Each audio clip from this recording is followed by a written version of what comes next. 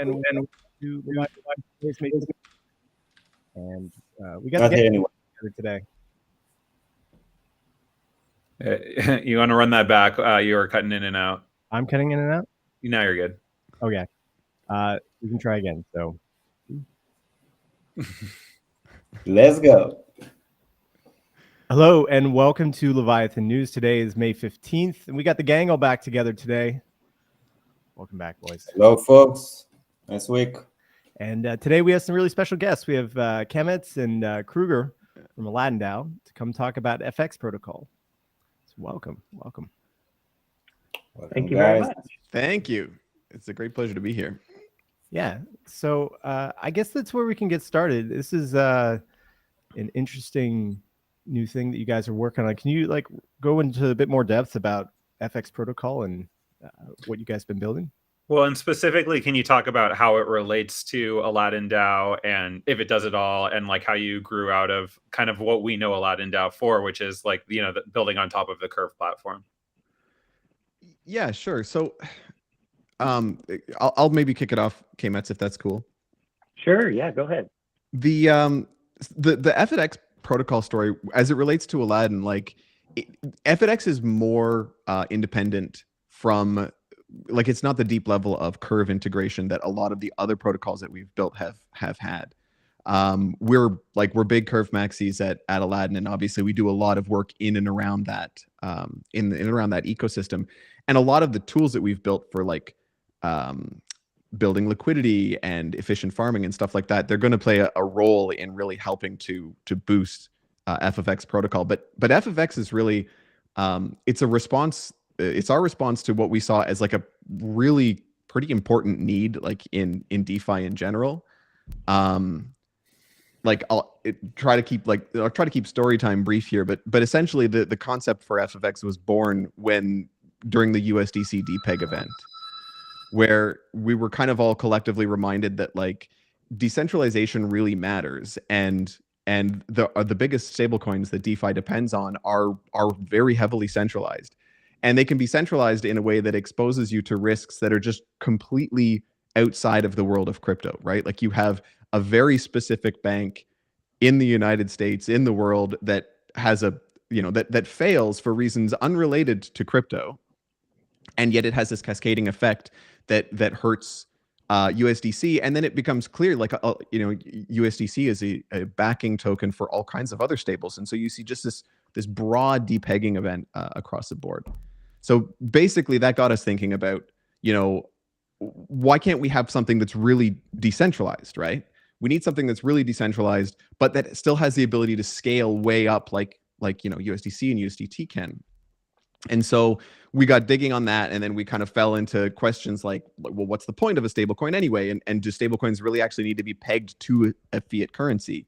And so we kind of landed on this story that it's time for a low volatility token that you can use to plan for expenses and that can just be money, but one that's not necessarily pegged right to USD, but it's anchored instead in the Ethereum economy, right? As opposed to in this real world economy, the fiat economy. But the challenge to do that, there are some awesome decentralized stablecoins, but the challenge that they've mostly had so far has been scaling, right? Being able to scale up quickly to demand. So we came up with this idea, which is FFX, which is we more or less concentrate volatility from stable holders into tokens, which then perform like leveraged longs, right? Like a long perp. So essentially we connect together buyers of volatility and sellers of volatility. And the neat thing about taking all of the volatility from the stable side and concentrating it on the volatile side is that you create these levered tokens, this some number of leverage, between 1x and 4x typically, leverage, but you don't pay funding costs to hold that like you would on a perp trading platform. So that's kind of, in the end, after all of those kind of steps that I described, we ended up with these two complementary but individually very powerful tokens, right? Like a stable token and a levered token. And it's just by that sort of DeFi magic trick of bringing together people who have different sort of needs and goals in a way that kind of benefits everybody. So if I can summarize what you just said there, basically you're taking an Ethereum and you're allowing people to trade on either the low volatility or high volatility side. So there's one token that is more like a stable coin. According to the white paper, it's like a beta of 10%. So it will right. fluctuate slightly, but be way less volatile than ETH, much more like a dollar, but not pegged to the dollar. And That's then the high volatility token that's more like a leveraged perp. Yeah, exactly. And the high volatility token absorbs all that volatility that would normally be held by the FETH, the low volatility side. And sorry, just to be like explicitly clear here, when we're talking about stable coins, we're talking about like dollar denominated stable coins, right? Not like stable coins in the way that Fraxi uses that term. Right. Yeah, we're talking about dollar denominated stable coins. Although really, this is one of the things we got thinking about. Like for most applications on chain, I don't think what's important is that you're tagged, like that you're tied directly to a very specific currency, unless you're trying to do like Forex trading on chain. What's more important in our view for a stable on chain is to have low volatility, right? To be able to gain or lose exposure to the crypto world, as well as be able to do things like plan for expenses. This is a big thing. A lot of DAOs have to hold stables because when you're like, if you're paying people and people have expenses in fiat, you have to plan for your expenses in those kinds of terms. So, we are talking about USD denominated stable coins, but it's less about the USD and more about that sort of low volatility, ability to be money at rest, plan for expenses, that kind of stuff. So there's these two tokens that you guys have, the high volatility token, which, let me just take a step back. So I'm just looking at the tweet that you guys put out. Essentially, a user puts in 1 ETH and then it splits it into 2 tokens. So they get back like half an ETH worth of XETH and then another half of. It's a little bit more flexible than that. Oh yeah. You drop in an ETH, and if ETH is worth $2,000, which one fine day it will be again, then you can mint however many FETH or XETH you want, as long as so you can mint $2,000 worth of FETH and or XETH. So you provide that ETH collateral to the protocol, and then the amount of FETH or XETH that you get is based on the protocol's current price for each of those tokens. So the protocol maintains a price. It knows what every FETH is worth and what every XETH is worth at any given time, and it calculates that based on the price of ETH. So yeah, so just go on. Yeah, if you could go into that more, because like the XETH is taking like a long gamma position and FETH is taking a short gamma position. So like how do you actually price that? Like what goes into the pricing functions of those 2 tokens? Well, we're tracking the price of ETH on to begin with. We're going to be pulling from the Chainlink feed and using a 30-minute TWAP, and we're basically tracking the periodic price change and calculating the NAV of FETH based on that periodic price change, and then we calculate the NAV of XETH to ensure that at all times the market cap of FETH plus the market cap of XETH exactly equals the total collateral. Okay, so like how do you make sure that the two stay balanced? Like if there's all these people going into XETH then who are getting like long gamma, and then there's big market movement, like what goes into the ability of the protocol to maintain that ratio? So please go ahead. Yeah, so I'll touch on it just a little bit. So it's basically it's a ratio, and it will kind of be market driven, because the leverage that you get from XETH, the high volatility token, basically comes from its ratio in proportion to FETH, the low volatility. And so as that ratio changes, the leverage changes as well. So it's variable. And you don't need a whole lot of XETH in the system to act as sort of that volatility absorption for FETH. And so a lot of it will be market driven, because as the leverage goes lower and gets closer to 1 for XETH, the market will obviously want to trade out of it, and which will change the ratio. Okay. So So, then yeah, the other go thing I ahead. would add there is that we have, so essentially that overall the stability of the system, never mind the like attractiveness of the tokens, but the stability of the overall system is driven by, as long as there's enough XETH in existence to absorb however much volatility the FETH is producing, the system is happy and it works. As the amount of FETH goes to 0, the leverage of XETH goes to 1. And then, you can imagine the end state being like, if there's no FETH minted at all, then XETH and ETH are just equivalent. They move 1 to 1.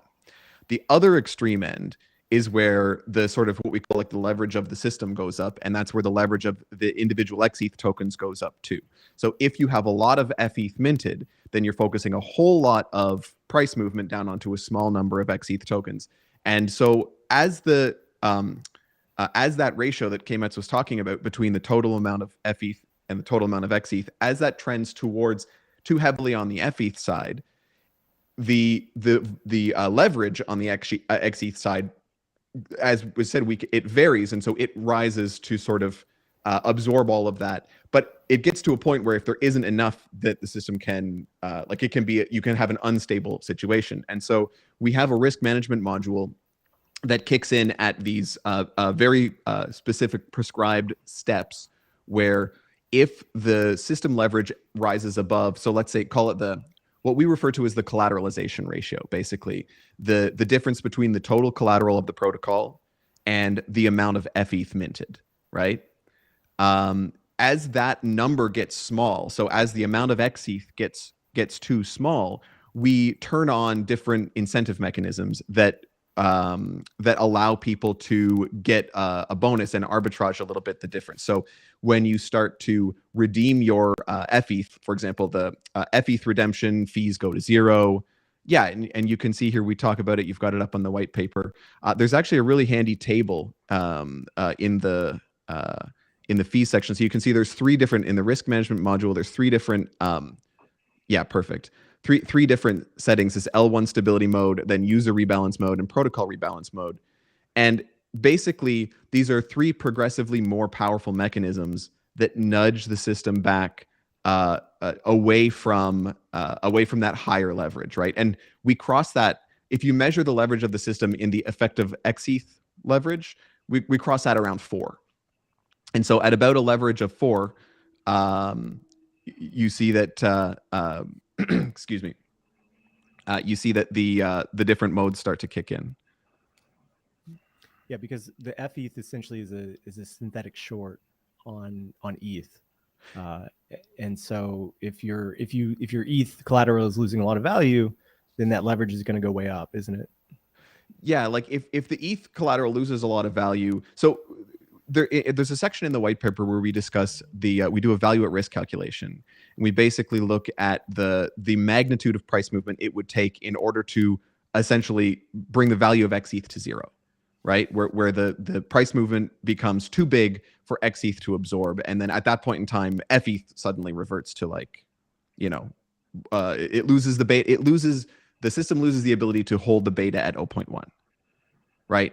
And it basically becomes ETH. And so we look at like when the probability of a one-day event that would trigger that kind of a change crosses 0.1%, then we start to introduce these measures to sort of incentivize the system away from that. Wait, so sorry. I guess I'm just. Can we like walk through a simple example? So like, let's just say the price of ETH right now is $1,000, Mm-hmm. and then I put in $1,000, and I'm the only capital in this system. So, and I choose 50%, 50%, and then in a month, ETH is worth, I don't know, $2,000, so 2x. So is my FETH worth $500 still? So actually, like I put out a tweet thread last night from the A team that actually walks through an example exactly like you're saying. Mm-hmm. And so basically, a good way to think of it is sort of like if like Crouguer was saying, like a collateralized debt position. So if you have like let's say it's almost like a mortgage on your house. So the value of your house is similar to like the ETH in reserve, and then the mortgage is basically the FETH. and then the equity in your house is the XETH. And so you can kind of view it as that, that XETH amount is stable. So, or the FETH amount is stable. So if you had, like you're saying in your example, say you put $2,000 worth of ETH in, and you got $1,000 worth of FETH, the low volatility, and $1,000 worth of XETH, and let's say it went up 10% in a month to $2,200, the FETH, that total value is only going to be worth 1% more, 2020. And then XETH is going to be the difference in that value, which is going to be up, I think in my example I used, it's very similar, as 19%. So that's how those two work. So the value of XETH like floats a lot above the FETH value, and it acts as a protective coating around the whole system. There's a graphic on screen from that tweet thread, Sam, if you can bring that up.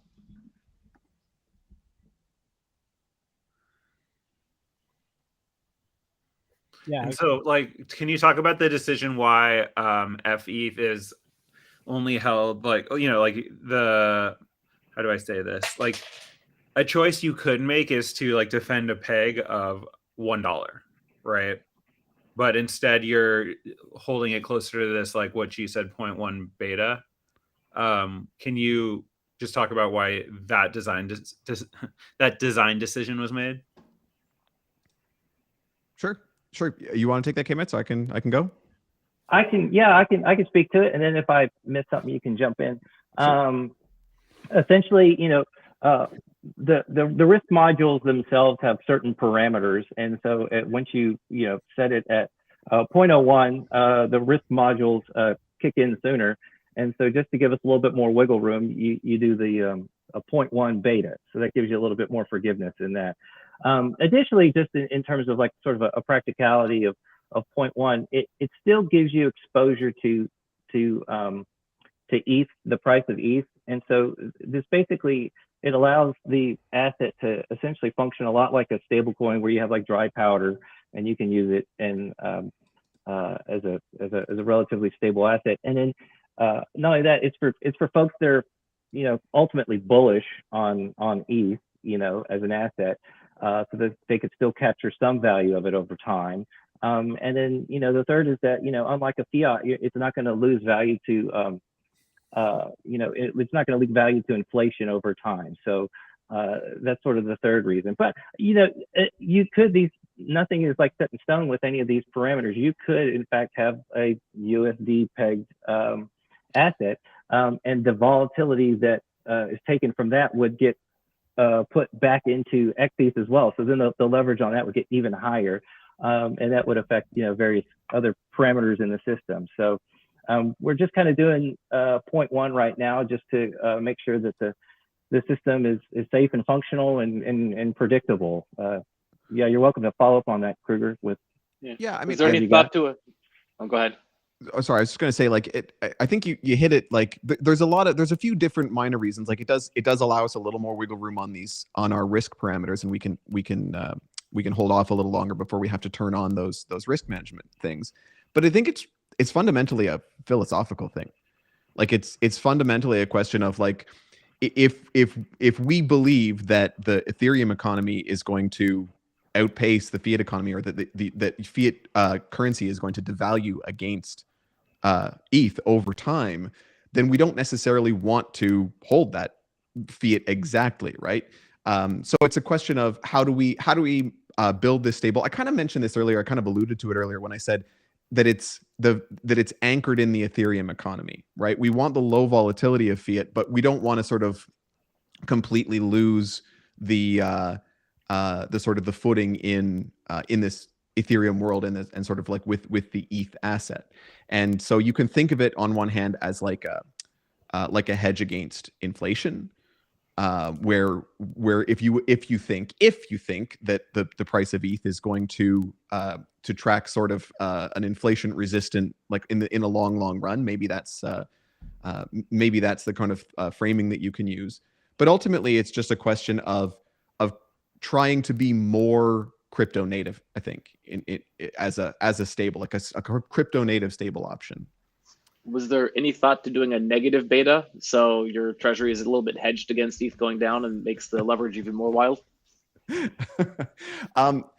Not as such. I mean, what's interesting about the mechanism in general, like the fundamental idea of just creating these derivative tokens from this asset, you can imagine a lot of, as you say, a lot of different sort of games that you can play, right, with the beta, but also with the token that you use as a collateral, right? Like you can make these low and high volatility derivatives for really any token.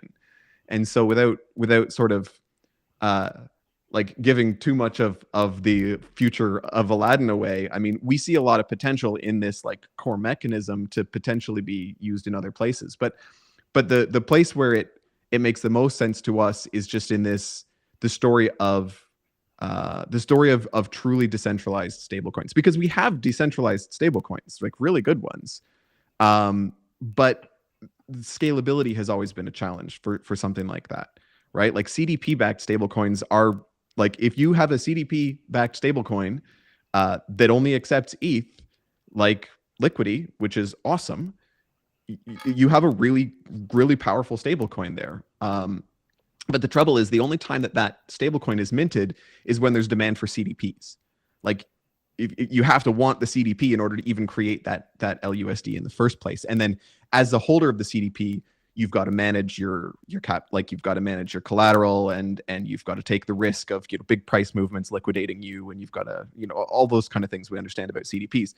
They're very like powerful instruments, but they don't lend themselves well to high scalability for the stable token. And so really that's the sort of main problem that this whole mechanism was created to address, right? Was how can we get something that is stable, a stable-ish coin that can scale but is legitimately decentralized. And guys, does it have any synergies with the other Aladdin protocols, Concentrator and Clever? Or is it for now a completely separate one with maybe all kinds of future integrations, whether inside of Aladdin or with outside projects? I can take that too. Frank, go Kmets, go. Yeah, no, I mean, like, essentially it can basically stand on its own, like Crouguer was saying originally. Like it's an independent protocol. It does not need any of the Aladdin DAO products, but obviously it's designed in such a way that it can be integrated into those protocols in the future, and it likely will be, but we don't have specific details for that at the moment.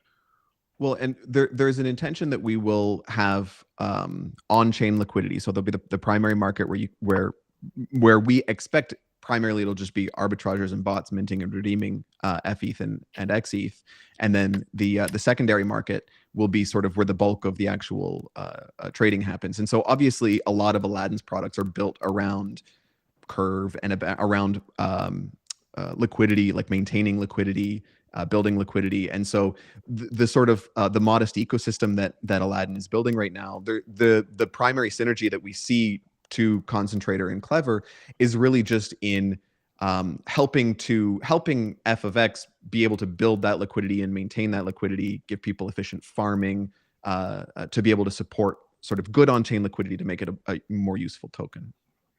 And this model will be applicable to any asset, right? Like I know you've been talking about ETH, but the big kind of the topic of the day is LSDs, right?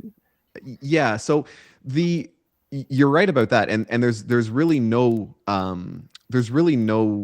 rule that the collateral asset has to be this will work for any asset, right? And not just pure ETH.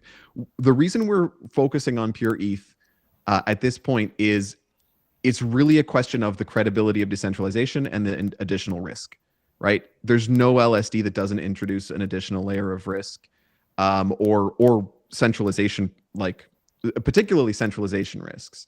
But even just the smart contract risk and the sort of technical risks associated with your most decentralized LSD, it is there's an extra layer that is being added there. So we haven't really made any sort of firm statement about whether or not we're going to talk about LSDs as an ETH collateral. But in terms of the sort of pure implementation of FedX, we're talking about it based around just pure ETH, not staked. Well, don't you think that's a market demand question where, like I know everybody has all these intentions of building nice things, but I'm sure there's a lot of people with LSDs that potentially would want to engage in this system. Yeah, and that's a fair point. I mean, there's we try to be like very responsive to the community and what the market is looking for, and so we're definitely going to have ears open for this type of thing. I think that you do kind of at some point you do have to draw a line in the sand when you're talking about differentiating your, in this case, sort of stable coin. We on the building side think that, we all kind of understand that decentralization is something that doesn't matter until it does. And we want to kind of be ready when it does, or we'd ideally like to position the protocol in that kind of a place. But, this is very much, this is an experiment. This is our sort of first offering of how we can potentially solve this problem of scalability and decentralization in stablecoins.